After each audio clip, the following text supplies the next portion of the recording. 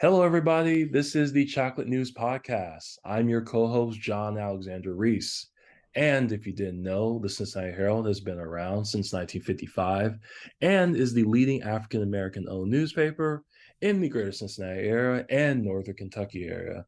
And joining me today is our new co host, Andrea Carter. How's it going, Andrea? Hey, John. It's a pleasure, and I'm so happy to be joining you as co host to the podcast. Yes, it's so exciting. So, Andrea, what is the chocolate news of this week?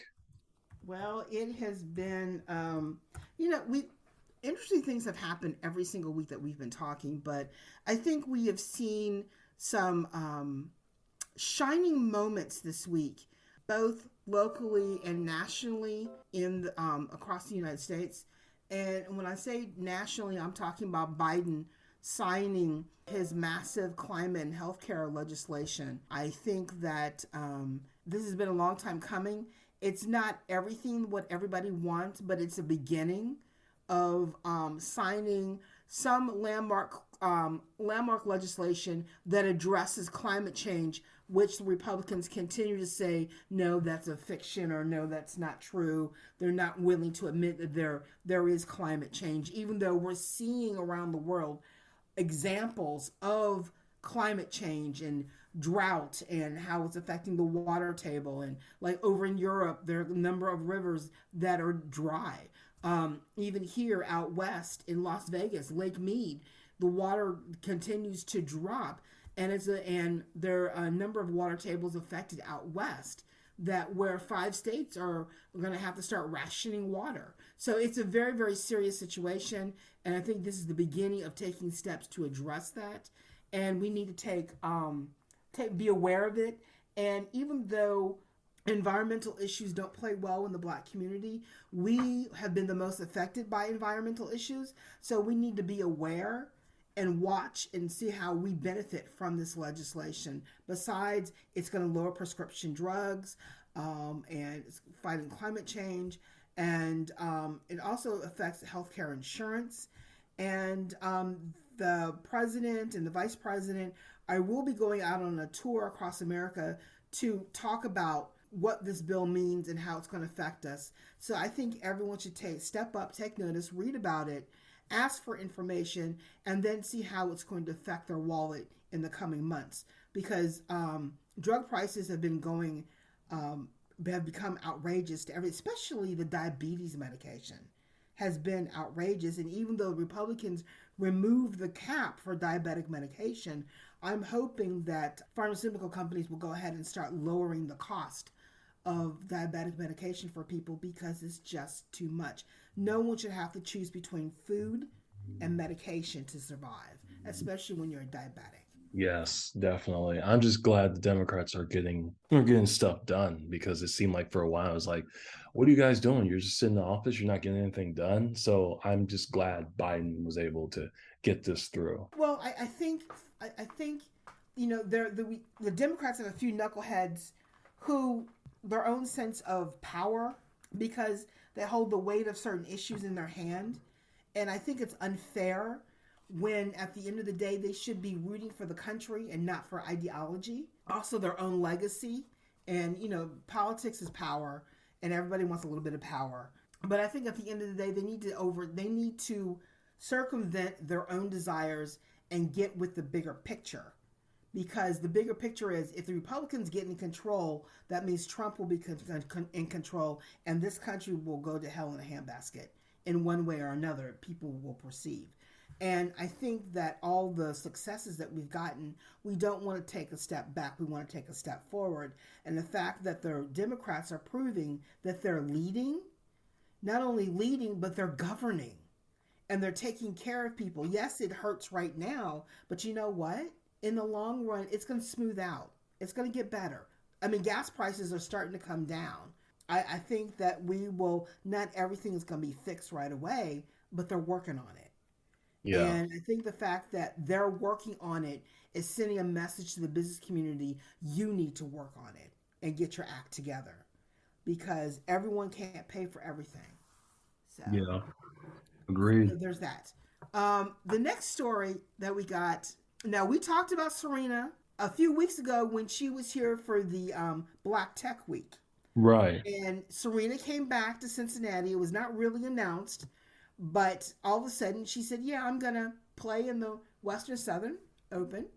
And she did. She showed up to the tournament. She played a game. She lost.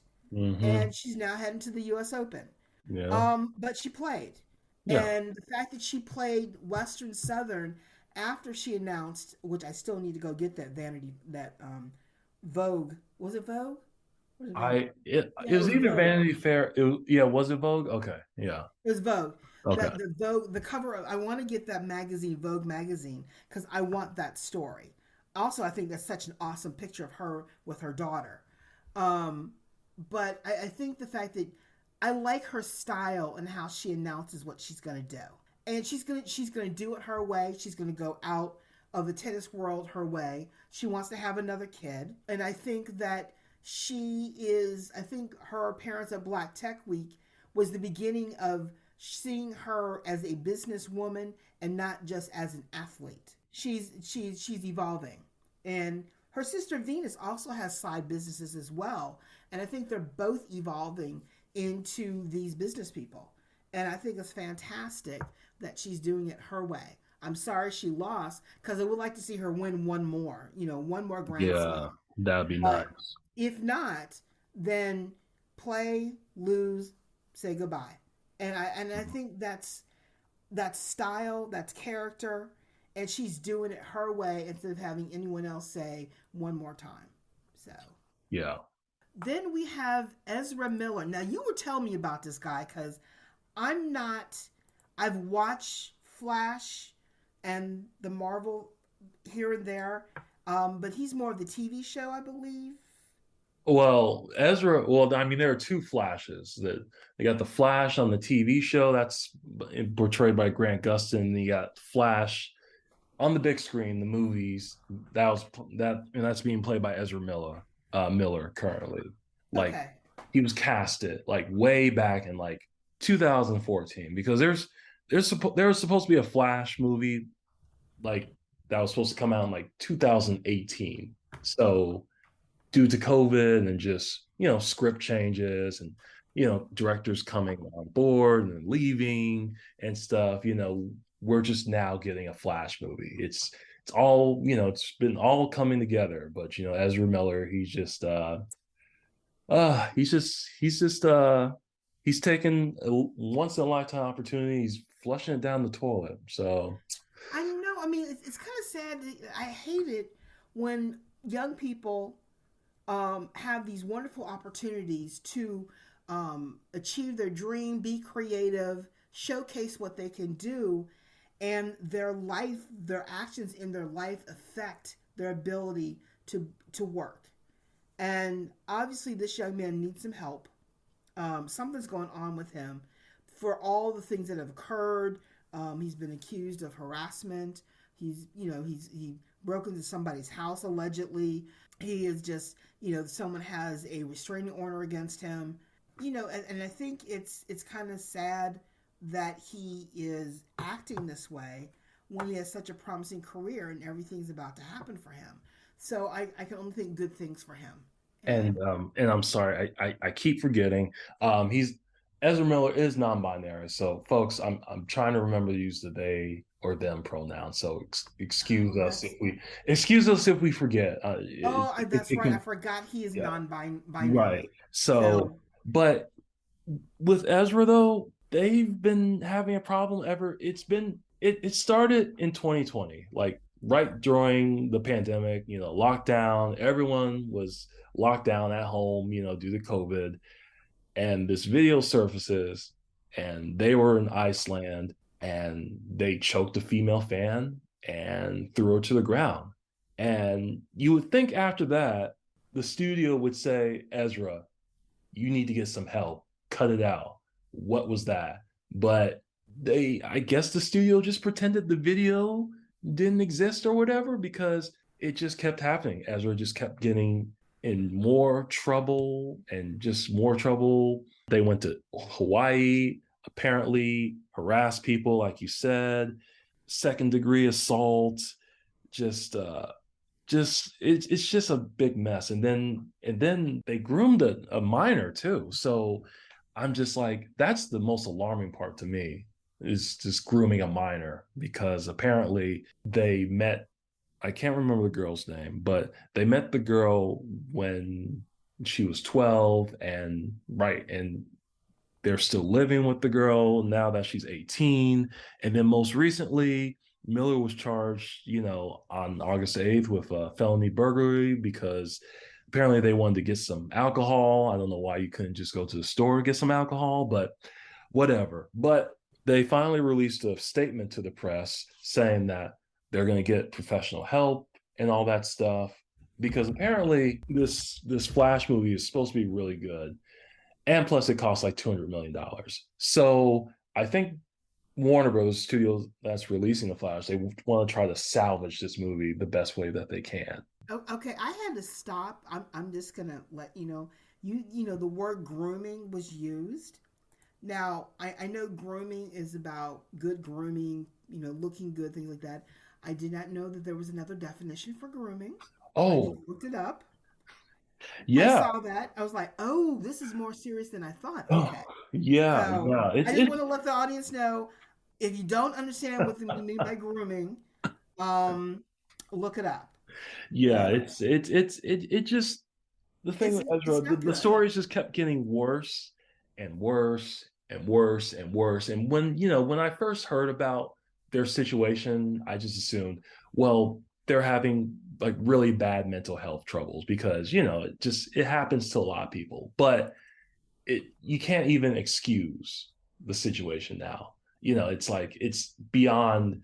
Well, I'm just saying, they need to put in a lot of work in order to win, people's trust back, Oh because yes. Ezra is fired from the Flash, even though they haven't officially announced it. They're fired. They're never going to be the Flash again.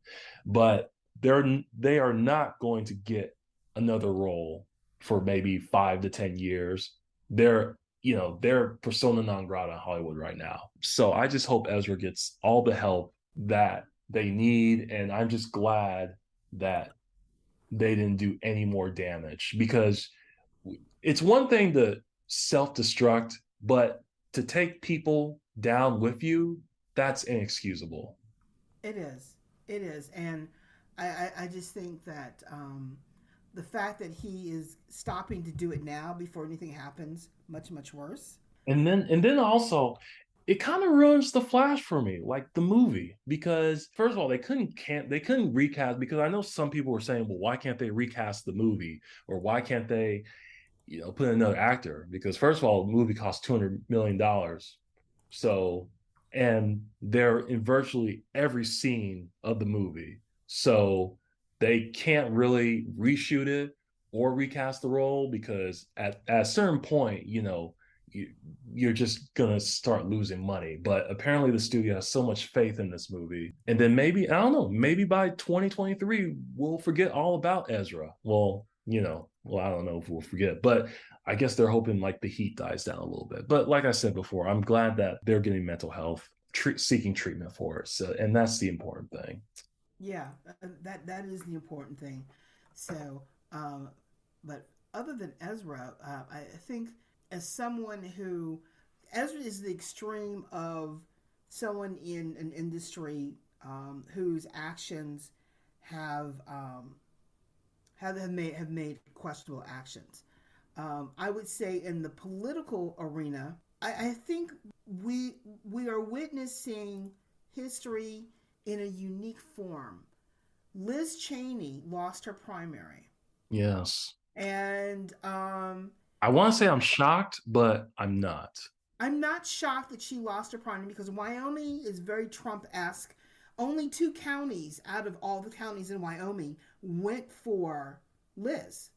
Just Um, two? Wow. just two. Wow. Um, It wasn't even close. Gee. no, it wasn't even close. And in fact, Trump, won Wyoming when he ran for president. Right, right, right. Um, and I think that, but what we saw, what we witnessed, if anyone watched her speech when she conceded her race, I think we saw something more. We've been seeing the development of something more for a while with the January 6th committee. But her speech last night was a good testament to that being a politician is more than belonging to a party or more believing in an ideology. Being a politician is about supporting the country and doing what's best for the country and the people, even if you may not support everybody. Right. And I think the fact that she said, I stand for the country and the Constitution, not just for an ideology. And I think that she was setting herself up for a 2024 run. I think she's going to run for the White House. Well, you know what? It's like I'm not Republican. I don't vote Republican, but just saying, if I was Republican, I she would probably be my first choice because, this whole Trump train, it's going to come to an end eventually. I think people forget just because like politics, it comes in waves, The Trump wave is engulfing the Republican Party right now, but that's going to end soon. I don't know when it's going to end, but it will end soon. And Well, I honestly can't wait for that wave to end. But but I just like Liz Cheney because she has a backbone. She's not afraid to stand up to Trump. It's like I've seen all these conservative politicians. I guess they support Trump because they're afraid that he'll call them mean names on social media and stuff. Just look at Ted Cruz, who just basically well, I really don't like Ted Cruz, but Ted Cruz has no backbone at all. But no, he that's doesn't. that's, He that's for doesn't. I mean, another day. but I think she's very much her father's daughter. Right. She is Dick Cheney's. Yeah. And if you ever want to say who amplifies who is the best example of the essence of Dick Cheney, Yeah. is Cheney. But she has taken it. I mean, she has not changed her viewpoint. She's still very much Republican, but she also proved that just because you're Republican does not mean you stop believing in the country and the Constitution. Yeah. And I think that she set the standard of what the country needs to be looking for in whoever runs next for the White House. Right. I mean, Joe Biden is going to run for re-election. And I think anyone who wants to oppose him, there's a standard that's been set. And I think for the Republicans, Liz Cheney has set that standard, which a number of people who are eyeing, a run don't even meet that standard. Now, whether or not the ideologues of the Republican Party believe in Trump or don't believe in Trump, I think we need to see what's going to happen. But I think she set a standard that I don't think the Republicans can meet, especially if we want to run for the White House. I don't think they can meet it. And I think ethically, character-wise, not just politically, but I think she solidified political power. She solidified the fact that she stands for a country, she stands for the flag, and she stands for the American people. From what we've seen the examples from Ted Cruz, from Rick DeSantis, who is, the governor of Florida, and a few other people who are Republican who want to run for what I call the big chair, they don't meet that standard. They don't meet that high, that when you take the oath of office to be president, you are supposed to uphold the laws and the Constitution. Trump didn't do it. We're finding out much more how Trump has not done it. Everyone who's believing in his lie and gleaning onto that, at the end of the day, they have to choose Trump or their country. Yeah. And I think, unfortunately, those who believe in Trump are also probably former Tea Partiers. Yeah. So we're seeing the evolution of the Tea Party, which is sad. But I think that we just need to watch what happens with Liz Cheney, because January 6th committee is still operating. Right. She still will be in office until the end of the year. Right. And we'll see what happens in 2023. So, my eye right now on my list to watch is Liz Cheney. So. Yeah, definitely.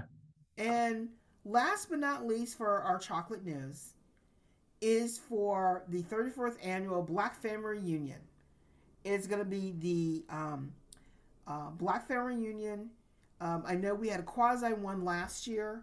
It was limited in scope and everything, but we still had it. But this year, It's all in. Everyone's back. People can come.